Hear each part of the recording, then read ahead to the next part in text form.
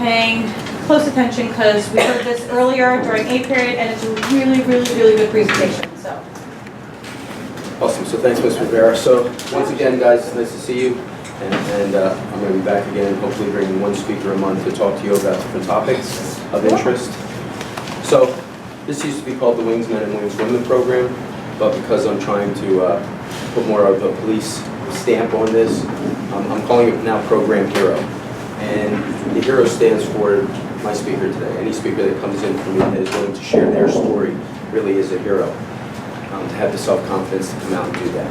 And so today my speaker is Kay Ellis, and what HERO stands for is that she'll be honest, and it's about education and respect and optimism, that you guys listen and take what she says and move forward. So I met Kay this past June. A friend of mine, Jim Muir, who was guidance counselor at Harry Truman, runs a similar program, and he's been doing it for 18 years, but this is just the beginning of our third. So he told me about Kay and asked me to contact her, which I did. Kay did come this summer and spoke at my Youth Police Academy, and the kids really loved her. So yesterday we were at Convo Leading Catholic, we were in Twilight, we were at CSL, so today there's 2 classes here in Pennsbury East. And we go in the Valley Day School and in Bucks County Technical High School. So I hope you guys enjoy Kay. Thank you. Good morning. Good morning. My name is Kay Ellis. Please bear with me because I have laryngitis, so I can talk little. So I'm here today to share my story. It's very powerful, and it's about a woman like me that looks great, but did not have a great life. I am deaf legally. My ears don't work. So I can't hear you guys through my ears. They're off limits. They're done. I'm deaf. I've been deaf since 2009. I lost my hearing from painkillers. Lorcet, Percocet. Has anybody heard of Percocet? Has anybody heard of Lorcet? Lorcet is like Percocet, but 10 times stronger. So my story is very powerful because people look at people and they stereotype all the time. They look at this person and say, oh, you have to look homeless and you're an addict. You know, you have to live in a certain community to be an addict. But that's not the case, and that's the problem with addiction. More because so many people stereotype. So I lost my hearing in 2009. I've been deaf for about 7 years. I went deaf in 6 months, overusing Lorcet. My story started in 2002. So as we know, painkillers in this era today are an epidemic, almost a pandemic situation, because so many people are dying and overdosing from heroin. Some of those people started taking painkillers and realized that I can't get more painkillers, so I have to find something else to keep up that feeling. And so a lot of people go to heroin. And the heroin out here today is not straight cut heroin. It's heroin covered fentanyl. That's how everybody's dying. And they have another drug called carfentanil. Has anybody ever heard of carfentanil? Do you heard about carfentanil? It's an elephant tranquilizer. Yes. So like, picture if you pulled out some salt from a salt container and you took 1 grain of that salt, that's how much it takes for you to overdose. You can die. How many pounds does elephants weigh? Like tons? Yeah. So picture it's an elephant tranquilizer. They're putting that in heroin. That's how everybody's dying. My story started from painkillers and knee surgery in 2002. I was modeling. I professionally modeled all my life since high school. I graduated from Truman, class of 1991. And so who would ever think that someone like me, a professional model that modeled for over 10 years, I walked the runway in New York Fashion Week, but my life went downhill from a knee surgery. I started taking Lorcet from a knee surgery. Doctor gave me a prescription. He said, get this prescription filled and take the medication 1 every 4 hours as needed. So I took the prescription, I filled it, and I started taking the medication. Who would ever think that I would get addicted to this medicine? But a lot of people say, you know, I can try a perk here or perk there, or Lorcet or Xanax. It does not matter that you take the pill and you say, I can stop. I'll take one for this party for the weekend, and I won't take no more. After that party, you might desire to want to use it again. That's how powerful it is. You may want to try feeling that feeling of powerful, because that's what it does. It works on your brain. The same pleasure part of your brain that makes you like enjoy food, hugs, music, whatever makes you happy is what opioids bind to in your brain. And that is how people get addicted. So who would ever think someone like me that has such a promising life, it would turn upside down, literally. Hell in a handbag was my life. So, can anybody figure out how old I am? Just raise your hand. I would say like 32. 32. Okay, good guess. Anybody ever think guess? Yes. I'm gonna say 45 because you said class of 91 and my mom. I gave it up. My mom was class of 96 and she's like 38, so. I gave it up. I didn't realize that I was here. So I graduated in 91, I'll be 46. But I don't look like what I've been through at all. I didn't have liver damage. There's so many things that happens when you when you overuse and abuse painkillers. So I started taking the painkillers. I became addicted to them. I can't remember how long it took me to feel like I had to have them. But I do realize that over time, I wanted to take more. I was only taking one every 46 hours. And I said, you know what, let me try 2. Let me try 3. And I was, in the social field, going out, going to parties. This is when Philadelphia wasn't as bad as it is now. I was going to all the clubs in Delaware Avenue. My life was wonderful. I had no children. And I just thought I was on top of the world. Going out with my friends, being popular. And I was never a drinker. I never really drunk alcohol.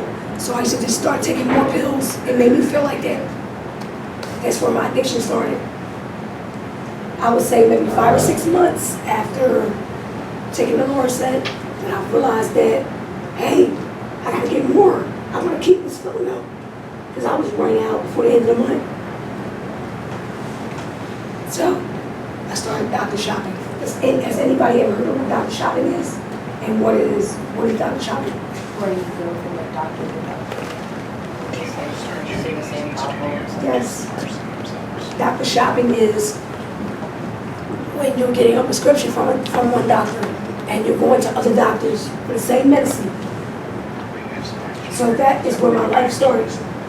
I just was like, okay, I need to keep up with what I was having. And I was running out of pain medication before the end of the month. So I had to realize that I needed more medication to keep up with that feeling. That's how addiction is born. It's never about you physically taking a pill, putting it in your mouth and drinking water or whatever. It's about the mental part. That's how the addiction starts. Some of my addictions stem over 11 years. 11 years. That is a whole decade of a life. Picture your life being from age 1 to 10. That's a lot of powerful moments, right? You have one, your first birthday is powerful. Your 2, your 3, your 4, your 5. Go to kindergarten, first grade. Those are powerful moments when you're a child. But 10 years as an adult of that time span is overwhelming. I did not realize how consumed my life had begun to be from painkillers. And I was uneducated. I didn't know. I just felt like I had to have enough painkillers to get through this moment, that moment. I didn't care about anybody. I had family, my mom, I had friends, but none of my friends really knew that I was struggling with addiction at this point. We used to just go out to the clubs, and sometimes I would find myself waking up in my truck. I'll be like, where am I at? This is after like 1 or 2 years. going 2 years.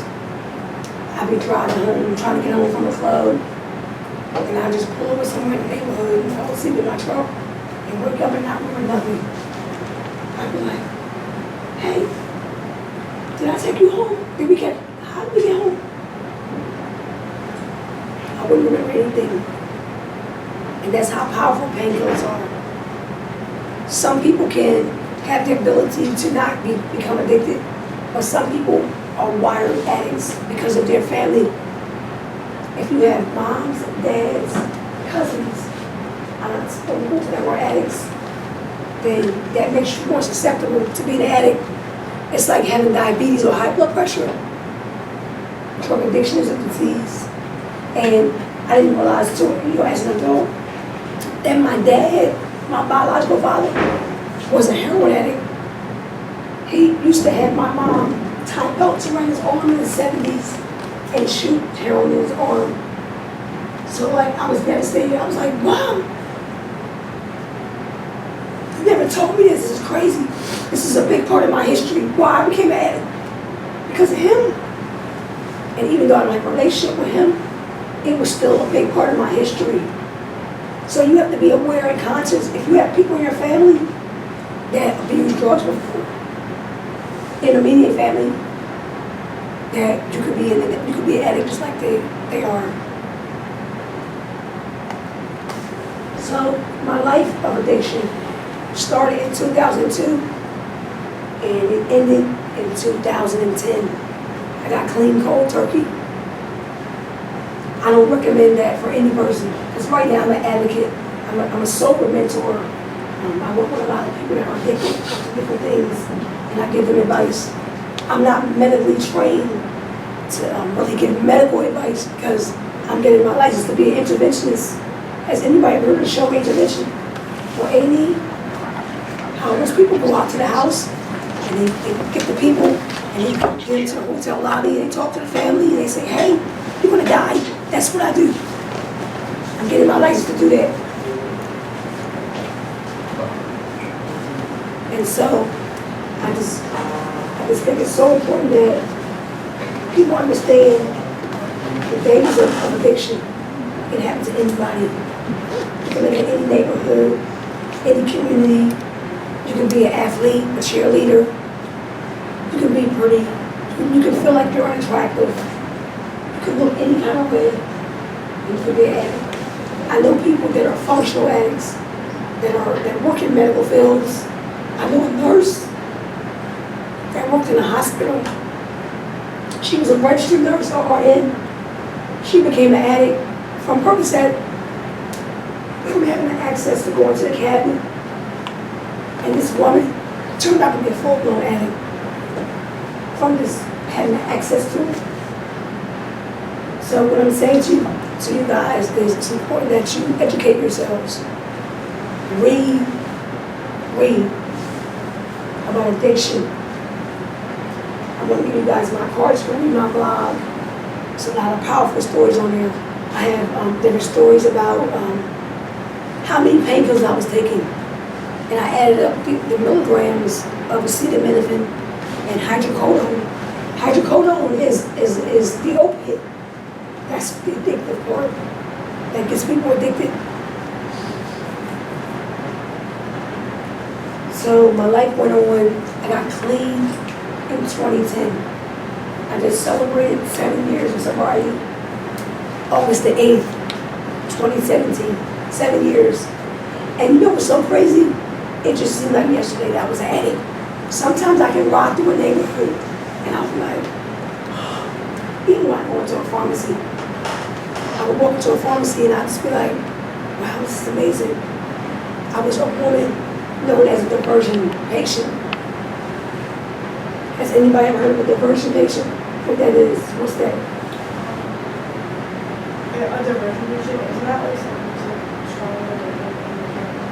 By going to different pharmacies Yeah, for the same medication.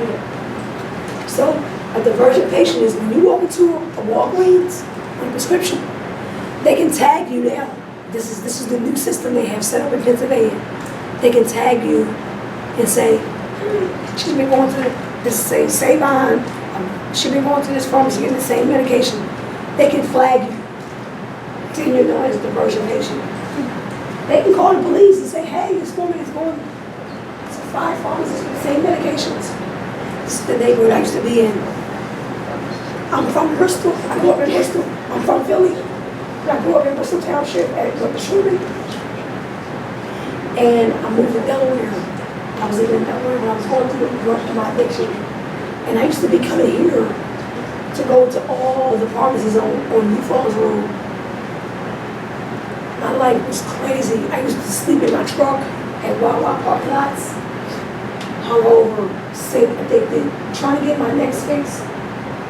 The miraculous part about my story is I never went to heroin. I never had desire to try heroin. I don't want no needle in my arm. I just wanted more painkillers. So I started doctor shopping. Has anybody ever doctor shopping? What doctor shopping is? Does anyone know what doctor shopping is? Doctor shopping is when you go to multiple pharmacies and doctors to get the same medication. And that's what I started doing. I just realized I had to keep up with what I was taking to feel normal. Has anybody ever heard of withdrawal from any type of opiates? Do you know what withdrawal is? What are some of the things that people go through when they go through withdrawal?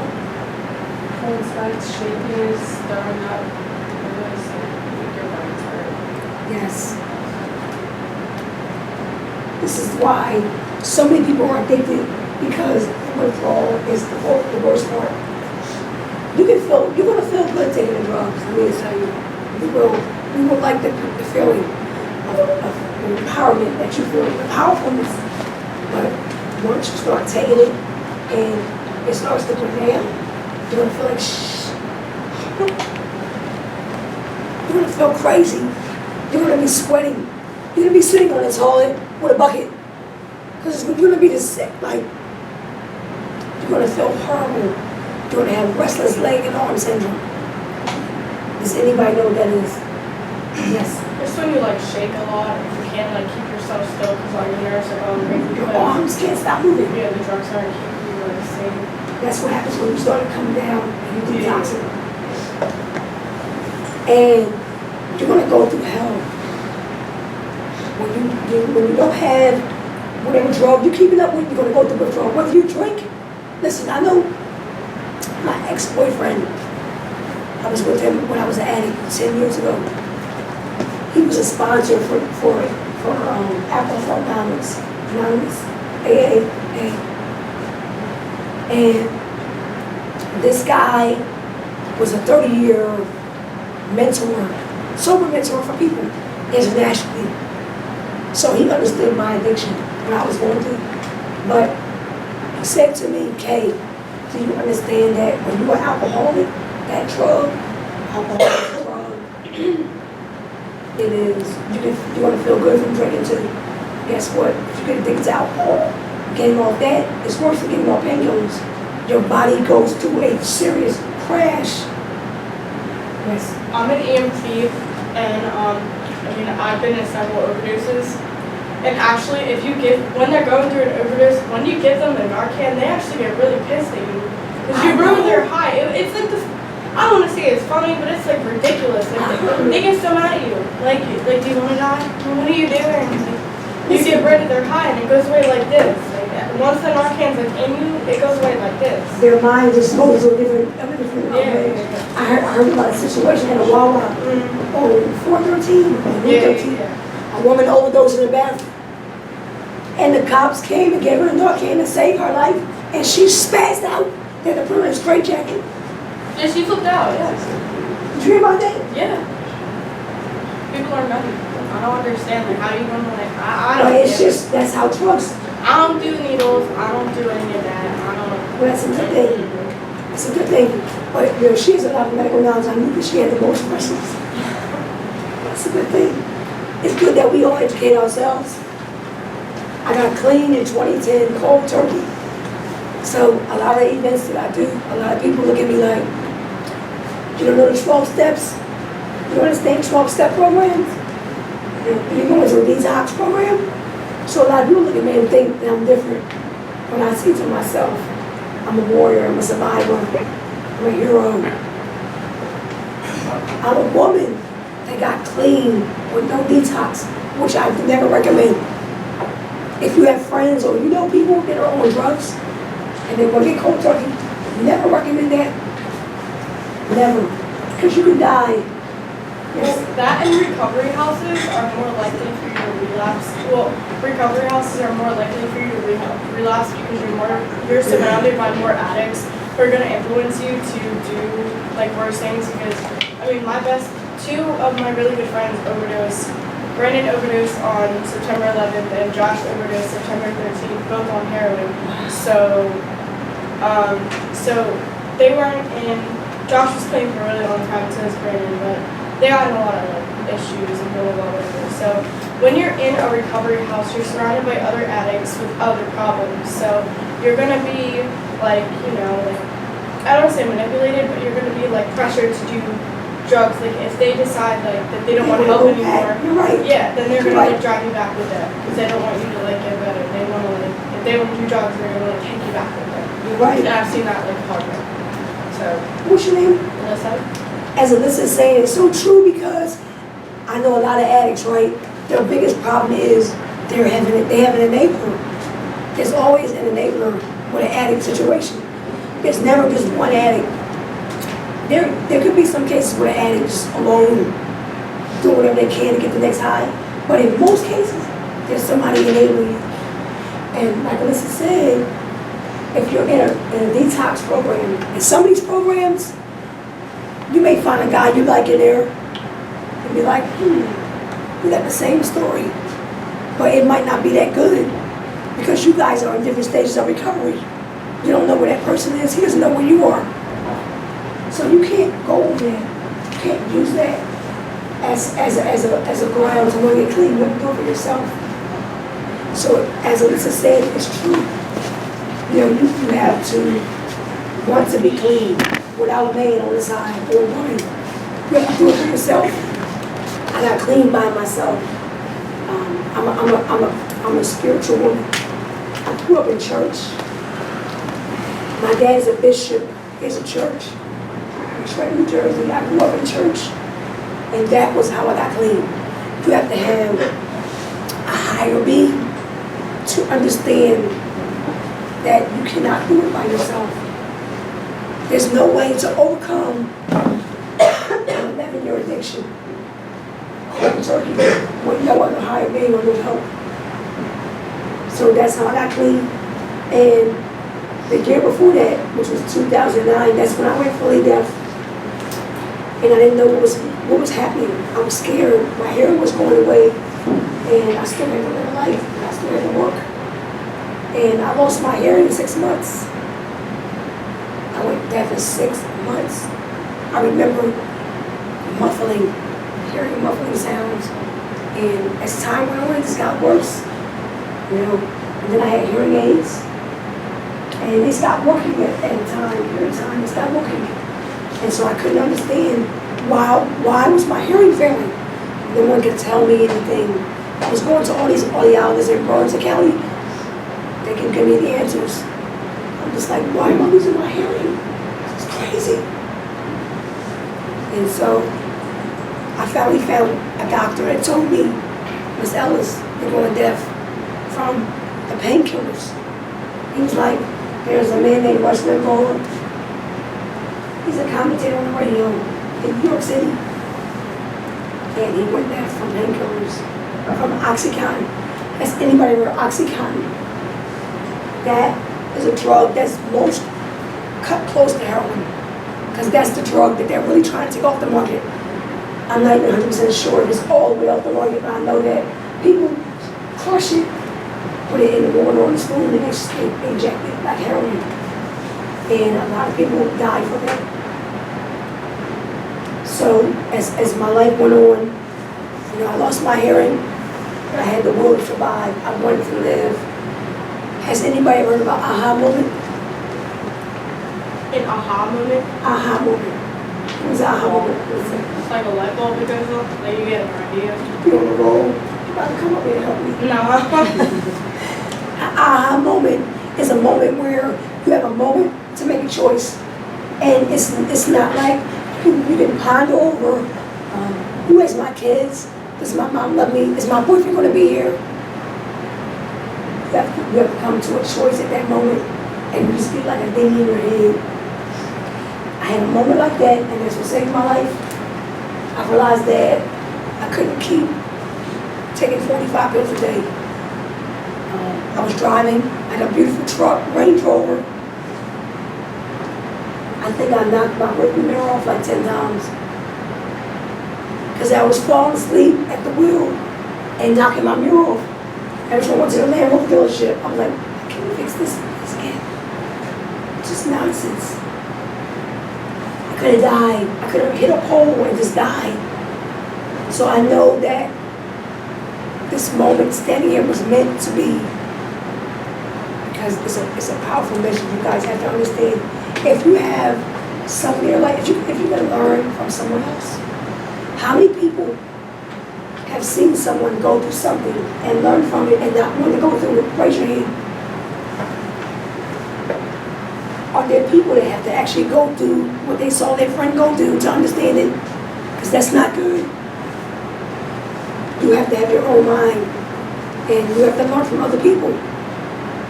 And there was nobody to talk to me like you guys. When I was in school, there was nobody to say, these are what's out as far as painkillers, and this is what can happen.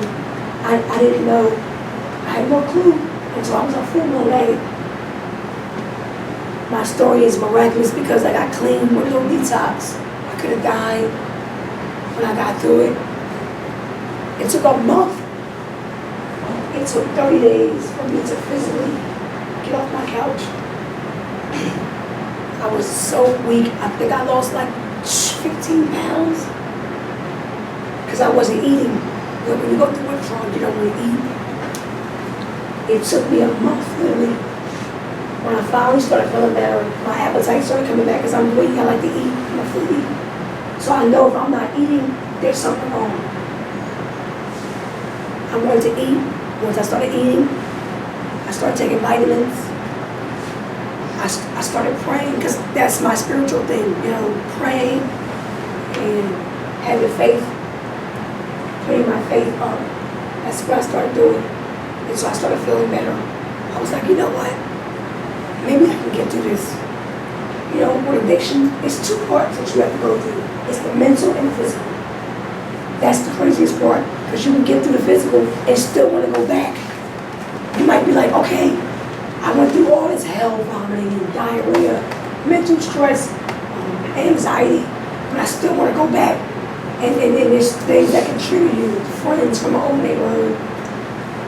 Maybe you want to be a part of something, and you feel like you might want to go back. But for me, what I went through with my physical recovery made me never want to go back. It was hell. I said I would wish that on the kids that bullied me in high school, my worst enemies. I wouldn't wish that on anyone. So I got clean. My physical, I started getting my energy back. I was like, wow, I feel great. I would wake up in the morning, take a jog around my neighborhood. I was living in Delaware County, beautiful neighborhood. I would wake up, take a jog, and I felt great. I was like, this is life. I had not lived that life since the 90s. Mind you, my addiction was over almost 12 years. So I was waking up, taking a jog in the morning, taking protein shakes, eating breakfast, drinking water, not running to the pharmacy, trying to get a prescription filled. So I started to appreciate that. And the power behind that made me never want to go back mentally. I've been clean for 7 years. I never, ever had desire to go back. I did not, because you know, a lot of people say different problems in your life, deaths in your family, deaths of friends. If you lost a job, if you lost your boyfriend or your girlfriend, things like that make you want to go back. Or if you're getting bullied, or if you don't feel like you're popular, or if you look cute, or if your hair is cute, or your shoes look good, all that stuff, you know, it's what makes people sometimes turn to drugs because they want to feel powerful. when I graduated in 90 off from Trinity, guess what? I was a nerd. I was in a nerd club. And it wasn't until now that I appreciate that. I never fit into any clique. If you don't fit in, that's great. You don't ever have to feel like, well, I don't fit into the cheerleaders, because I know how it goes. I've been there. The football players all hang together. The cheerleaders all hang together. All the popular girls, they like the makeup hanging together. If you don't fit in, that's not a curse, that's a gift. I was a nerd. They told me I was a giraffe neck because I had a long neck. It's called me 4 eyes. So I had thick glasses, which I still wear in contacts in right now. They were like, this girl's voice is raspy. Now, I'm hoarse because I have laryngitis, but I have a raspy voice, like an older Italian woman. An older Italian woman got those raspy voices. That was the type of voice my voice is. My mom has that kind of voice. They run to the family. So people used to be like, do you smoke cigars? They used to make fun of me so much. And everything that I was made fun of became an attribute to me now. My voice, the way I look, we're all put together. So if you don't fit in, that's a good thing. If you feel like an outcast, if you look different, that's a good thing. Does anybody want to tell me, raise your hand, if you have a passion for something you want to do when you graduate? What is your passion? I'm gonna be a criminal psychologist. That's a good one. Anybody else have something? No? Say it again. Say it one more time. Music. I love it. I'm rap or engineering. Something like that. That's a good thing. Anybody else have something they want to share? Yes? Say it again now. That's it. That's it. Like animals. That's great. Does anybody has anything that they want to share? Let me just tell you, if you have something now that you like, that you have a passion for, it's called your passion.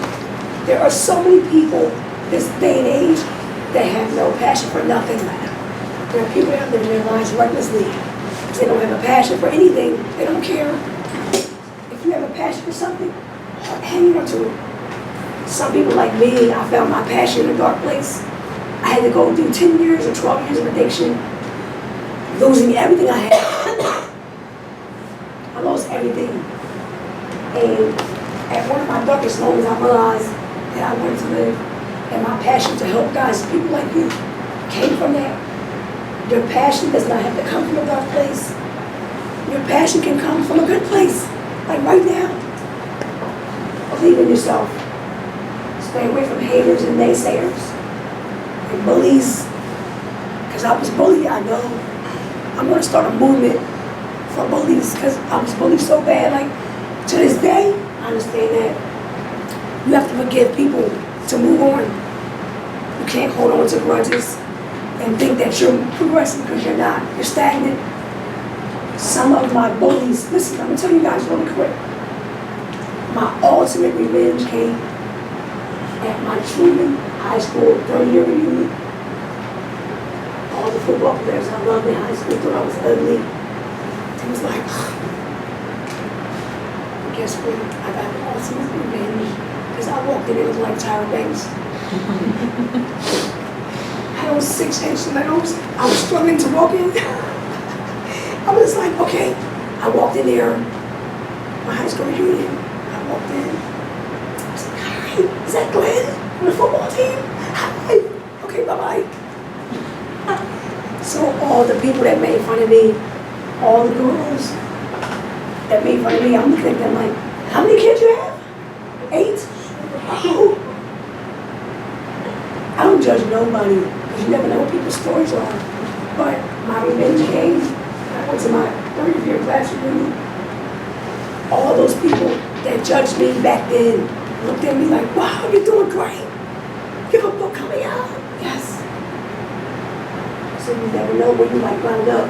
Never underestimate your power and your dreams and your passions. Whatever you want to do in this world, in this life, pursue it. And if people don't believe in you, stay away. Talk to your moms, your dads, any people that believe in your family, people that believe in you, that love you. Have a good relationship with them. always let them know what's going on in your school life. If you have some friends you're not getting along with, if somebody's intimidating you, whatever you're going through in life, keep an open relationship with your parents or an adult that you trust. That's important. I've been clean for 7 years. I had my first son when I was 40. He's 5 now. His name is Houston. I named him after Whitney Houston because I loved her so much. When she passed away, I couldn't even really hear her. So I was just like, I had Houston at 24 weeks gestation. 24 weeks. I was 5 months pregnant when I had him on the back of the ambulance. I went to labor on the ambulance and I was deaf. I didn't have the cochlear implants. So I was just like, okay, when are you going to name this baby? I don't have a name. It was a little cute little boy with a big head. I was like, what am I going to name this baby? So I was like, I'm naming him Houston. She was like, why don't you change the name, the spelling of it? I was like, all right. So I was like, okay, Houston, Hyuston, that's his name. Houston Love Ellis. So that's why I named my son. He's a warrior too. He's a hero. He was 1 pound and 10 ounces. He spent 6 months in the NICU. And guess what? I started my support group when he was in the NICU. For other parents, I couldn't even hear. They used to write, smile. Because I always talked normal. The whole time I was deaf, I always talked normal. And I started a support group in the NICU. And I started reaching out to parents. I said, hey guys, text me. If you guys want to talk about any type of medical information about our babies and surgeries, they got to get procedures. Let's communicate. Let's keep this together. My support group was called NICU Moms. I had moms at Chop Philly, virtual boys, and I was deaf. I had the cochlear implants. That went to show how powerful I was with his story, with Houston's story. So Houston is 5 now, and he's in kindergarten, and he thinks he's snuffleupagus. Does anybody ever snuffleupagus? He's so funny. I'm on the phone with his doctor. I'm like, okay, I need to make an appointment for flu shots for Houston. He's like, no, Mommy, no, my name is not Houston. I'm snuffleupagus. I'm like, all right, I need to make an appointment for snuffleupagus. So that's my son. But I became a mom. I heard his voice for the first time when he was 2, after the cochlear implant. I got one side done in 2013, and I got this side done. It'll be here this October 10th. I am a bilateral cochlear implant patient, recipient, fully deaf. I hope you guys enjoyed my story. If you have any questions, privately, we can talk privately. Or if you have any, if you have any advice, I talk to people all the time. That's what I do. That's why I'm training to get my license so that I can be more accredited to be able to help people. 14-year-old boy reached out to me. So you're gonna be my host next time. All right, I can do that. This is the last part of my story, really quick. I had a 14-year-old boy reach out to me on my Instagram. I didn't even know he was following me for a year. I recognized his picture, but his profile was private. So he reached out 4 o'clock Sunday morning, and he was like, how are you? I've been following you for a year now. So I was like, hi, how are you? I thought it was a girl, I know it was a guy. He was like, I need your help, please. I'm desperate. I'm like, okay, what's your problem? He's like, I've been reading your story, following your blogs. I'm addicted to Xanax. So I was like, really? He's like, I take 5 bars a day. So I'm like, wow, this kid is 14. He says he's been addicted since age 12. He's addicted to Xanax. He wants a cold turkey like I did. So all day Sunday, I convinced him not to do it. Don't go cold turkey. Please don't, you could die. When you take Xanax and you withdraw, you can have seizures. Seizures, literally. So I'm just telling you guys, I have a friend in Lowbucks Hospital right now. He's been addicted to Xanax for years. He has grand mal seizures. Does anybody know what grand mal seizure is? Grand mal seizure. It's like an excessive seizure. and it Yes. doesn't last for, I mean, a typical seizure lasts for less than a minute, I'm pretty sure. And a grandma seizure lasts for over a minute. It's a violent seizure. Yeah, like you can't really control their head. When you're in these you're supposed to like hold their head and like protect their head so it doesn't like snatch you in the You're ground. right, it's a violent seizure. He has grandma seizures from being on Xanax for so many years and trying to get off. So I just want you guys to know, before you at a party on the weekend or out with your friends and somebody wants you to try something, think about it. It can change your whole life, just the one try. One try changed my whole life. Does anybody have any questions? Feel free to ask whatever you want. I'm very open-minded. I'm just a realist. I'm a real person. Yes. Well, that and you really don't know who your friends are, so you could say like, okay, I'm gonna smoke weed for the first time. You could be allergic to it. You could, I'm not saying you could overdose on weed because you can't, but I mean, then you could like pass out and you could like, fall asleep. You could die from it, blah, blah, blah, whatever. And your friends could get scared. They don't want to get in trouble. They believe you, then you could die. Because there was a story about this one girl who, I think she tripped acid for the first time, and she tripped acid with her friends for the first time, and they were like, oh no, you're gonna be cool, like it's cool, just do it. And she was like, alright, cool, like whenever it's a party, like I'll do it. And so she ended up having like a seizure and dying, and when they flipped out, they didn't want to get in trouble, so they left her. So you really don't know who you're surrounded with. And I mean, you really don't know who your friends are. I mean, like these people, like